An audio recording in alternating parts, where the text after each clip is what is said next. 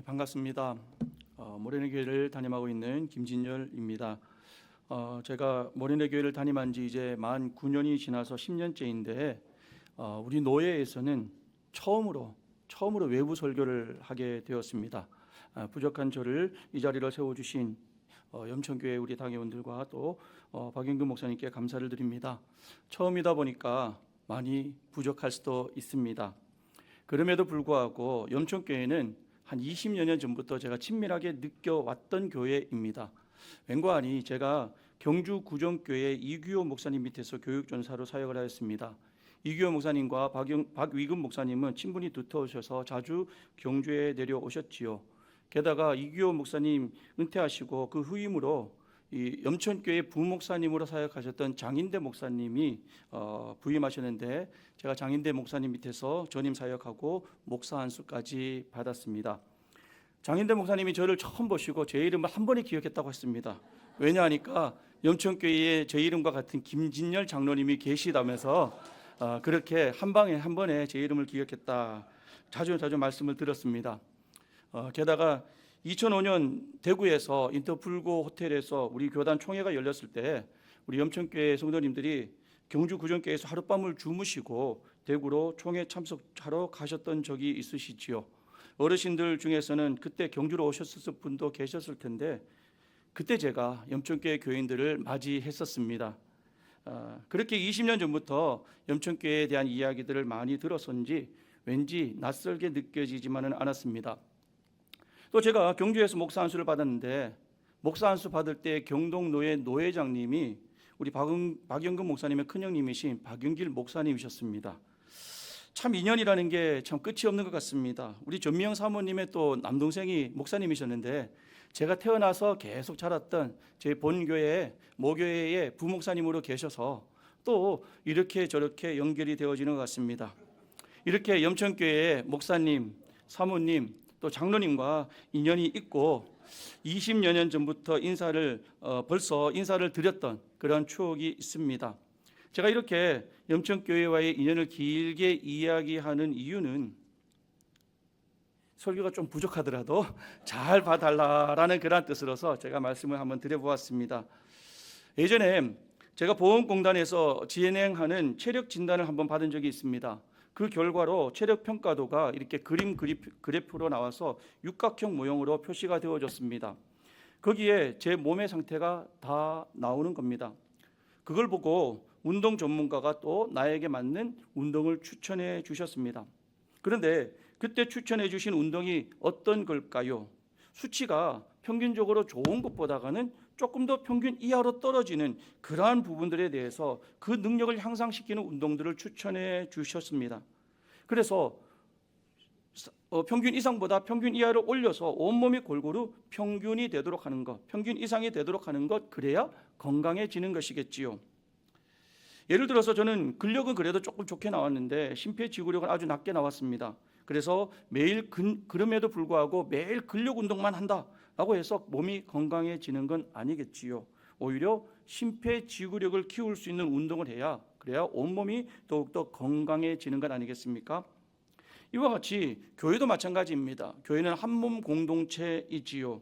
우리가 교회의 건강을 생각할 때도 마찬가지입니다. 현재 우리 교회가 평균 이하로 좀 부족한 것이 무엇인지를 먼저 살펴보고 그리고 그것을 채워가는 것들이 중요합니다. 그래서 그 부족한 것들을 채워주고 거기에 힘을 키워야 그래야 건강한 교회 공동체가 되어지겠지요. 내가 잘하는 것이라고 해서 모두 다 그것에만 열심히 하고 있다고 해서 교회가 과연 건강해지는가? 그런 건 아닙니다. 오늘 본문은 바로 이 공동체를 건강하게 하기 위해서 우리가 감당해야 되는 그런 헌신의 모습에 대해서 교훈해 주고 있는 본문이 오늘의 본문입니다. 총독 느헤미야가 성전이 있는 거룩한 성 예루살렘을 건강한 도시로 만들기 위해서 백성들에게 몇 가지 희생을 요청하고 있었습니다. 어쩌면 이것은 오늘 우리를 향한 하나님의 요구처럼 들려지기도 하는 거지요. 더욱더 건강한 공동체가 되기 위해서 이 공동체를 위해서 우리가 해야 하는 헌신은 무엇이겠습니까? 먼저 당시 예루살렘의 상황에 대해서 살펴보겠습니다. 느헤미야는 예루살렘 성벽이 무너졌다는 소식을 접하고서는 금식하면서 기도했습니다. 그리고는 수상궁의 고위직까지도 다 내려놓고 예루살렘으로 와서 거기서 성벽을 재건했습니다. 당시 성벽이 중요했던 이유는 포로 귀환 이후에 힘겹게 지어놓았던 제2성전, 그 하나님의 성전이 성벽이 무너져 버렸으니까 적들의 위험 앞에 노출될 위험에 처해졌던 것이죠. 그래서 성전이 또다시 무너지는 일은 없어야겠기에 그 성전을 보호하자는 의미로서 성벽이 더욱더 중요했던 겁니다. 여전히 대적들의 방해도 있었지만 그래도 느헤미야는 52일 만에 성벽 재건의 그 대공사를 마칠 수가 있었습니다. 그렇게 1차 작업은 끝이 났습니다. 이제부터는 이곳 예루살렘, 이 도시를 재건하는 일이 중요했습니다. 도시가 번성하려면은 건물이라든지 성벽이라든지 건물들도 잘 지어야 하지만 무엇보다도 사람들로 가득 차 있어야 합니다. 제가 모리네 교회로 이사 온 것은 2016년 7월이었습니다. 그런데 그때 동네에 이사 올 때 어떤 현수막이 걸렸는가? 거기가 지금 재개발했잖아요. 현수막에 이런 내용이 있었습니다. 7월 31일까지 이주 완료라는 그런 현수막이 걸려 있었습니다. 재개발 때문에 다들 이사 나가는 동네에 저희들은 이사 들어온 겁니다. 그러니까 약 3, 4개월 정도 지나니까 정말로 동네 모든 분들이 다 이사 나가고 저희 집만 남은 것 같았어요. 밤이면 그 동네에서는 저희 집에만 불이 켜져 있었습니다. 그리고 겨울이 되니까 더 적막했습니다. 이곳에 사람이 살지 않으니까 벌레들이 따뜻한 사람 사는 집으로 자꾸 모이는 것 같았어요. 새벽에 일어나면 마루나 화장실에서 바퀴벌레 한두 마리씩은 잡아야 하루가 시작될 정도였습니다. 사람이 살지 않으니까 동네가 점점 폐허가 되어 갔습니다. 사람이 살지 않는데 참 희한하게도 쓰레기는 점점 많아지더라고요. 또 버려놨던 쓰레기를 또 희한하게 뜯어서 그것을 보고 가시는 분들도 있어요. 그래서 어느 날 보면 새벽에 일어나면 쓰레기 봉투가 다 뜯어져 있고 그렇게 동네가 점점 폐허처럼 되어져 갔습니다. 사실 지금 예루살렘이 그와 같은 지경이었습니다. 그동안 예루살렘은 성벽이 무너져 있다 보니까 사람들이 거기에 거주할 수가 없는 위험한 성이 되고 말았습니다. 그래서 유대 백성들은 예루살렘을 떠나서 다른 곳으로 흩어져 살기 시작했던 것이지요. 그래서 7장 4절 말씀을 보게 되면은 세번역 성경에 보면 이렇습니다. 성읍은 크고 넓으나 그 성읍은 예루살렘이지요. 그리고 그 안에 살고 있는 인구가 얼마 안 되고 제대로 지은 집도 얼마 없었다라고 이야기합니다. 이게 지금 예루살렘의 형편이 되고 말았습니다. 하나님의 도성, 위대한 도성, 성전이 있는 도성이었지만 살기 힘들어지는 곳이 되다 보니까 사람들이 떠나가게 되었고요. 건물도 점점 비어져 버렸습니다. 당시 상황에서 예루살렘에 사는 것은 서로 꺼렸던 일입니다. 오랜 포로 생활에서 돌아와서 그리운 고향 마을에 가서 평화롭게 살고 싶지 괜히 전쟁과 또는 테러의 위험이 도사리고 있는 그 위험한 예루살렘에 가서 고생하고 싶지 않았던 것입니다. 이미 지방에서 각자 다 집안마다 터전을 잡아서 잘 살고 있는데 그걸 또 포기하고 굳이 예루살렘에까지 가서 살기가 싫었던 거죠. 원하지 않았습니다. 당시만 하더라도 예루살렘은 이스라엘의 중심이 아니었어요. 예루살렘이 오히려 주변이었고 예루살렘이 변방이 되고 말았습니다. 그래서 그곳에 가서 살라라고 하면은 선뜻 나서기가 좀 주저하게 되는 곳이 예루살렘이 되고 말았던 겁니다. 이와 같은 예루살렘 도성이 다시 회복되는 방법이 무엇일까요? 성전이 있는 거룩한 도성, 그것으로 거룩한 도성으로 다시 회복하기 위해서는 누군가가 희생을 하고 그리로 와서 살아야만 했습니다. 그래야 도시가 완성되어지고 재건되어지고 그래야 예루살렘이 위대한 도성으로 살아갈 수가 있게 되는 것이지요. 그래서 느헤미야가 예루살렘의 도시 재건을 위해서 몇 가지 조치를 단행하였습니다. 이 조치가 오늘 우리가 좀 더 눈여겨볼 그러한 필요성들이 있습니다. 첫 번째로 느헤미야는 백성의 지도자들에게 제일 먼저 강제적으로 이곳으로 이주할 것을, 그래서 이곳에서 살 것을 요청했습니다. 아무리 힘들고 어려워도 지도자들이 먼저 솔선수범해야 합니다. 지도자들이 먼저 와서 살지 않는데 다른 백성들에게 권면할 수가 없는 것이죠. 그래서 지도자들은 이곳 예루살렘으로 와서 살아야 한다. 왜냐하면 지도자들은 다른 누구보다가도, 다른 백성들보다가도 힘든 일을 택해야 하기 때문이다. 힘을 가졌는가? 그 힘을 공동체를 위해서 내어놓으라. 직분을 가졌는가? 그것은 당신들의 권리가 아니라 책임을 감당하기 위한 직분임을 기억하라. 느헤미야는 바로 그것을 가르쳤던 것입니다. 1절 앞부분을 보게 되면 이렇게 나오지요. 백성의 지도자들은 예루살렘에 거주하였고 라고 합니다. 백성의 지도자들이 먼저 예루살렘에 돌아와서 거주하기 시작했다는 겁니다. 지도자가 된다는 것은 먼저 고생하는 것이고, 먼저 힘든 일을 마다하지 않고 먼저 택하는 사람이 된다는 의미입니다. 아무리 마음이 내키지 않는 일이라 할지라도 지도자 된 죄로서 내가 지도자니까 먼저 입주해야 하는 겁니다. 먼저 예루살렘을 와서 살아야 됐던 것입니다. 그래서 지도자들에게는 무조건 이곳에 와서 새로운 예루살렘을 재건하는 일에 동참할 것을 요청했던 것이죠. 다시 예루살렘의 옛 명성을 회복시키고자, 그것이 바로 이스라엘의 행정의 중심이고 그것이 바로 종교의 중심 도시가 되기 위해서 격상시키려고 느헤미야는 조치를 취했습니다. 그래서 행정관료, 종교 지도자들 이리로 와서 살아야 돼, 이리로 와야 돼 라고 요청했던 것이죠. 또 두 번째 부류가 있습니다. 그것은 백성들 중에서 제비에 뽑힌 사람들입니다. 전체 인구의 10분의 1에 해당되는 사람들을 예루살렘으로 이주시킨 겁니다. 우리가 다 같이 1절 말씀 같이 한번 읽어볼까요? 1절입니다. 백성의 지도자들은 예루살렘에 거주하였고 그 남은 백성은 제비 뽑아 10분의 1은 거룩한 성 예루살렘에 거주하게 하고 그 10분의 9는 다른 성읍에 거주하게 하였으며, 백성의 11조를 바치라는 겁니다. 백성의 지도자들은 완전 강제적으로 이주시켰다고 한다면 이렇게 제비 뽑힌 사람들은 반강제적인 이주였습니다. 그때만 해도 제비에 뽑히는 것이 오히려 손해나는 일이었어요. 안 걸리면 자신들은 그동안 정착해서 살아왔던 곳에서, 그 터전에서 그대로 살아갈 수 있었습니다. 내가 땀 흘려 일깨운 터전을 지킬 수가 있었습니다. 그런데 뽑히면 이제 그 모든 건 내려놓고 예루살렘으로 와야만 했습니다.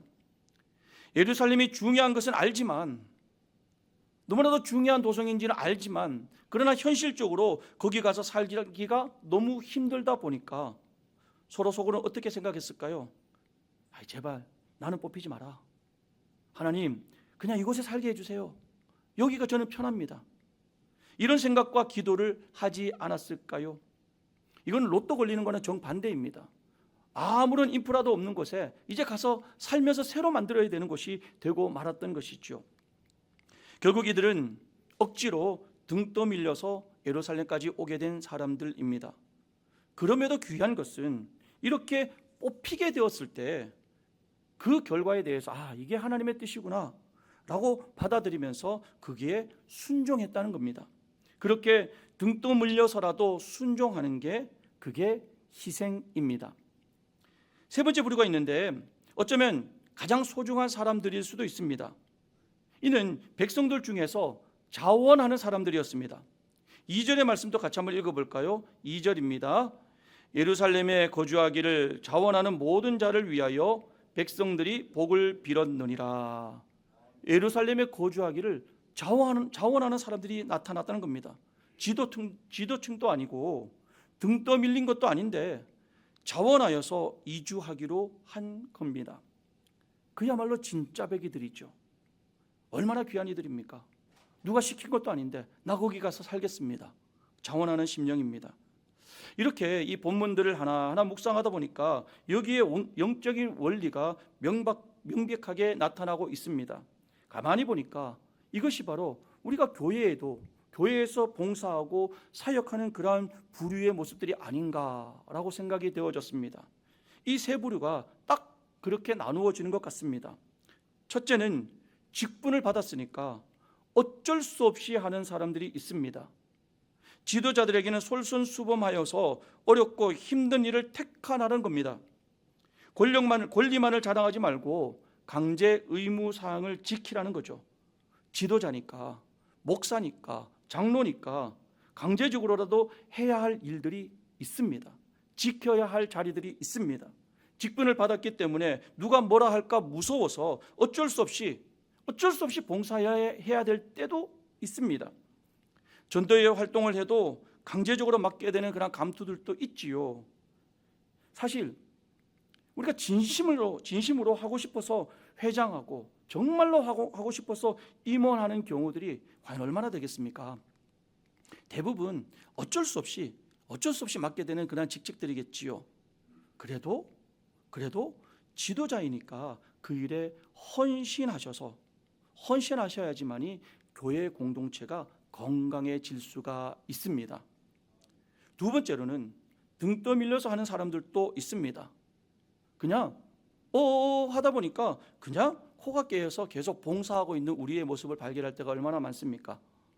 저도 고3 시절 때 이제 대학 시험을 끝내고 연말이라고 12월 요맘때쯤에 아주 친구들과 신나게 놀고 있었습니다. 그러던 어느 날 교회 선배가 토요일쯤인 것 같은데 저와 동기들 몇 명 와서 밥 먹자고 고깃집으로 불렀어요. 그래서 입시에 고생했다고 격려해 주는 줄 알고 친구들과 가서 실컷 고기를 먹었습니다. 근데 알고 보니까 그 자리가 아동부 교사들 송년회 자리였던 겁니다. 밥을 다 먹고 나서 전도사님이 일어나셔서 이런저런 인사를 시켜주셨습니다. 그러면서 우리들을 소개하면서 이제 내년부터 아동부 교사로 봉사해야 될 청년 선생님이십니다 라고 그렇게 소개해 주셨습니다. 그 자리에서 바로 코가 깨어서 1월부터 아동부 교사 생활이 시작되었습니다. 먹은 것을 다 토해낼 수도 없고 그야말로 등 떠밀려서 봉사하게 된 것이죠. 여러분, 대부분 봉사가 이처럼 등 떠밀려서 시작하게 되는 경우들이 참 많지요. 그러다가 그놈의 정 때문에 완전히 끊어버리지도 못하고 하게 되는 것이 1년이 되고 2년이 되고 그게 10년이 되면서 그런 경우들이 참 많습니다. 저도 그렇게 교회 봉사를 이제 막 시작하면서 계속 등 떠밀리다 보니까 신학교에 가게 되었고 목사가 되었습니다. 또 등 떠밀려서 모래내 교회까지 오게 되었고 지금 염천교회 설교단에 선 것도 박영근 목사님께서 계속 등을 떠밀어서 그래서 이렇게 서게 된 것입니다. 오늘 전직원 헌신 예배를 드리고 있는데 재직 부서의 일이라든지 남녀 선교의 일들도 마찬가지 아닌가요? 정 때문에 완전히 빠지지도 못하고 그러다가 계속 등 떠밀려 하다 보니까 한 자리씩 그렇게 맡게 되어지는 겁니다. 그래도 어쩌습니까? 맡았으니까 일은 해야지요. 근데 그렇게 제비 뽑히고 때로는 등 떠밀려서 하는 그 헌신도 하나님 앞에서는 너무나도 귀한 것입니다. 그런데 세 번째 부류, 지도층도 아니고 직분도 없고 등 떠밀린 것도 아닌데 본인이 은혜 받아서 자원하여서 헌신하는 사람들도 있어요. 저들에게는 하늘의 복이 임할 줄로 믿습니다. 이게 너무 귀한 거죠. 교회 일을 하다 보니까 이처럼 자원하여 섬겨주는 분들이 간혹 있습니다. 그런 분들을 볼 때마다 오히려 앞장서 있는 또 담임 목사가 더욱더 힘을 얻게 되어집니다. 너무도 고마운 분들이지요. 이들이 이렇게 결단한 것이 얼마나 대단한가. 그 나머지 백성들의 행동과 반응을 보면서도 우리는 확인할 수 있습니다. 2절 말씀에 다시 보게 되면 예루살렘에 거주하기를 자원하는 모든 자들을 위하여 이제 나머지 백성들은 뭘 해줬다고 합니까? 복을 빌었느니라. 축복해 주었다는 겁니다.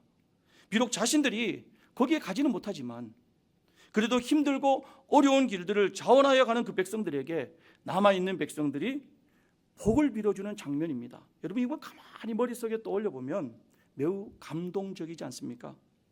억지로 하게 되든지 또는 등 떠밀려서 하게 되든지 또는 자원하는 마음으로 하게 되었든지 그렇게 앞장서서 헌신하는 그 성도들을 위해서 나머지 공동체가 해줄 수 있는 일이 무엇이겠습니까? 그것은 축복하는 일입니다. 축복해 주는 겁니다. 희생하고 고생하는 일꾼들에게 복을 빌어주고 격려해 주는 것, 그것도 너무나도 중요하지요. 앞장서 있는 일꾼들을 깎아내리는 그러한 공동체가 되어버리면 더 이상 발전할 수가 없습니다. 우리가 세운 일꾼들을 가리키면서 무능하다고, 저 사람 못 믿겠다면서 라든지 아니면 일만 만든다고 그렇게 지적해서는 그 공동체가 건강해질 수가 없겠지요. 비록 내가 그 일을 하지는 못하지만 그래서 나는 여전히 내 터전만 지키고 있을 뿐이지만, 그러기에 더욱더 앞장서 있는 일꾼들을 향해서는 우리는 더욱더 축복해 주어야만 하는 겁니다. 서로 축복하는 공동체가 은혜로운 겁니다. 따라서 공동체가 건강해지기 위해서는 앞서서 살펴본 이 세 부류의 사람들뿐만 아니라 나머지 축복하는 사람들의 역할도 너무 중요하다는 사실을 잊지 말아야 합니다. 이런 공동체가 여러분 행복한 공동체 아니겠습니까? 염천교회가 이처럼 먼저 헌신하고 또 뒤에서도 서로 축복해 주어서 그렇게 행복한 공동체가 되시기를 축복합니다. 그리고 또 한 부류의 생각을 우리가 추가로 한 번 더 생각해 볼 수 있습니다. 6절 말씀을 같이 한번 읽어볼까요? 6절입니다. 예루살렘에 거주한 베레스 자손은 모두 468명이니 다 용사였느니라. 아멘. 용사들이었다라고 이야기합니다. 그들은 이 도성을 지키는 사람들을 의미합니다. 그만큼 예루살렘은 위험에 노출되어 있었고 외적인 공격이 늘 있었던 위험한 곳이었습니다. 따라서 그 도성의 거룩함을 유지하기 위해서는 지키는 용사들이 반드시 필요했습니다. 여기에는 이름이 나온 몇 명의 사람들도 있었지만 그들 외에 대부분은 무명의 용사들이었습니다. 이름이 드러내진 않았지만 그러나 모두 다 용사였다라고 이야기합니다. 이들이 이름도 없이 빛도 없이 각자의 자리에서 성을 방비하면서 나아갈 때 예루살렘은 다시 옛 명성을 되찾게 되어지는 것이죠. 이처럼 공동체를 살리기 위해서는 다양한 부류의 일꾼이 필요합니다. 다시금 염천교회와 또 우리 모래내 교회의 명성을 회복하기 위해서는 다양한 일꾼, 다양한 헌신 모두 중요한 것이죠. 여러분에게 질문합니다. 과연 나에게 있어서 내가 가야 할 예루살렘은 어느 곳일까요?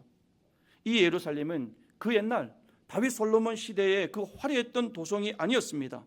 포로로 끌려가고 나라가 망해버리고 예루살렘과 성전까지 다 무너지고 난 다음에 황폐화되어져 버렸던, 그래서 모두 다 피하고 싶은 곳, 제비 뽑히기조차도 거부하고 싶었던 곳, 그것이 바로 예루살렘이었습니다. 교회 안에서도 다들 하기 싫어하고 꺼리는 일들이 있지 않습니까? 그럼에도 불구하고 내 몸을 희생하여 드리고 나의 시간과 나의 노력을 쏟아 부어야 하는 곳이 있습니다. 그것이 예루살렘입니다. 그것은 당시 예루살렘처럼 황폐하고 적의 공격 위험에 늘 도사리고 있는 그런 위험한 곳이기도 하지요. 현실적으로는 여러 가지 상황들이 너무너무 불편하고 또 어려운 곳일 수도 있습니다. 내가 편히 쉴 수 있는 것과는 아주 거리가 멀리 떨어진 그렇게 불편한 자리일 수도 있습니다. 앞장서 일하다 보니까 여러 이목들이 주목되어서 이 말 저 말 들어야 하는 그런 불편한 자리일 수도 있습니다. 그래서 그곳에는 더 가기가 싫었습니다. 그것이 바로 나에게 영적 예루살렘입니다. 근데 여러분, 공동체가 바로 서기 위해서는 바로 그 예루살렘을 다시 살려내야만 합니다. 몸이 건강해지기 위해서는 잘하고 있는 것도 물론 중요하지만 몸에서 기능이 약화되어진 것들을 그것을 건강하게 훈련시켜 나아가서 채워가야 되는 것이지요. 교회가 건강해지기 위해서는 가장 약한 곳, 사람들이 가기 꺼려하는 곳, 그 예루살렘에 사람들을 이주시켜야만 합니다. 모두가 하기 싫어하는 곳, 모두가 꺼리는 곳에 어떻게 해서든지 헌신자들, 봉사자들을 세워야만 하지요. 때로는 강제적일 수도 있습니다. 때로는 반강제적으로 등을 떠밀려서 그 일을 맡아야 될 때도 있습니다. 또는 자원하는 헌신도 필요합니다. 그리고 그렇게 그렇게 헌신하는 이들을 뒤에서 축복해 주는 사람도 필요하고, 묵묵히 그 자리를 지키는 이름 없는 일꾼들, 이름 없는 용사들도 필요합니다. 이처럼 헌신하는 성도들이 더욱더 많아질 때 교회는 생동감이 넘치게 되지요. 교회에 생동감이 생겨야 건강해지는 겁니다. 건강이 회복되어집니다. 교회가 건강해지면 자연적으로 성장하게 되어져 있습니다. 여러분, 오늘 내가 가야 할 바로 그 영적 예루살렘이 어디인가요? 내가 지켜야 할, 내가 머물러야 될, 내가 터전을 닦고 봉사해야 될 우리의 예루살렘은 어디인가요? 버려졌던 예루살렘을 재건하는 일에 헌신하시기 바랍니다. 다시 그 안에서 살기 위해서, 그곳에서 지키기 위해서 헌신하시는 자들로 가득 채워질 수 있기를 진심으로 소망합니다. 같이 기도하겠습니다. 거룩하신 하나님 아버지, 하나님께서 이곳 염천교회를 사랑하여 주심으로 말미암아 하나님의 교회를 세워주시고 이곳에 또 헌신하는 일꾼들을 세워주심에 감사를 드립니다.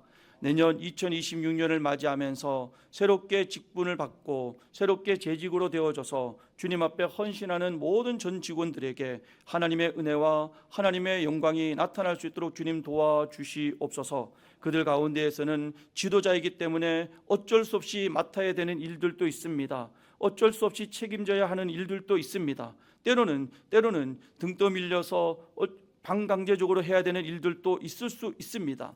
또 때로는 자원하는 일꾼들도 있습니다. 하나님, 어떠한 상황 가운데에서 봉사하든지 하나님의 일들을 감당하는 그 모든 일꾼들에게 하나님께서 능력 도와여 주시고 주님께서 직분 주셨사오니 감당할 수 있는 달란트까지도 허락하여 주시옵소서.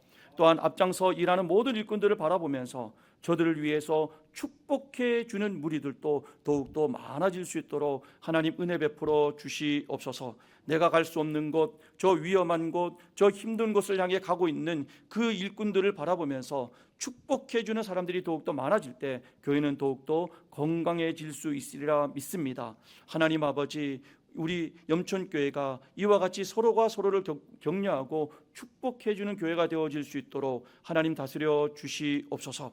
뿐만 아니라 마지막으로 이름도 없이 빛도 없이 그 예루살렘을 지키는 용사들이 있었음을 우리는 주목하게 되어집니다. 비록 보여지지도 않고 드러나지도 않지만 묵묵히 자신의 맡은 곳에서 든든히 염천 공동체를 지켜가는, 그 울타리를 지켜가는 여러 일꾼들, 용사들 주님께서 세워주시고 그들 때문에 이 공동체가 건강해지고 그들 때문에 이 공동체가 더욱더 부흥되어질 수 있도록 하나님 은혜를 베풀어 주시옵소서. 그리하여서 하나님께서 맡겨주신 그 모든 일들을 감당하여서 예루살렘이 재건되어지듯이 염천교회가 더욱더 부흥되어지고 재건되어져 갈 수 있도록 하나님 다스려 주시옵소서. 이 모든 말씀 우리 주 예수님의 이름으로 기도드리옵나이다. 아멘.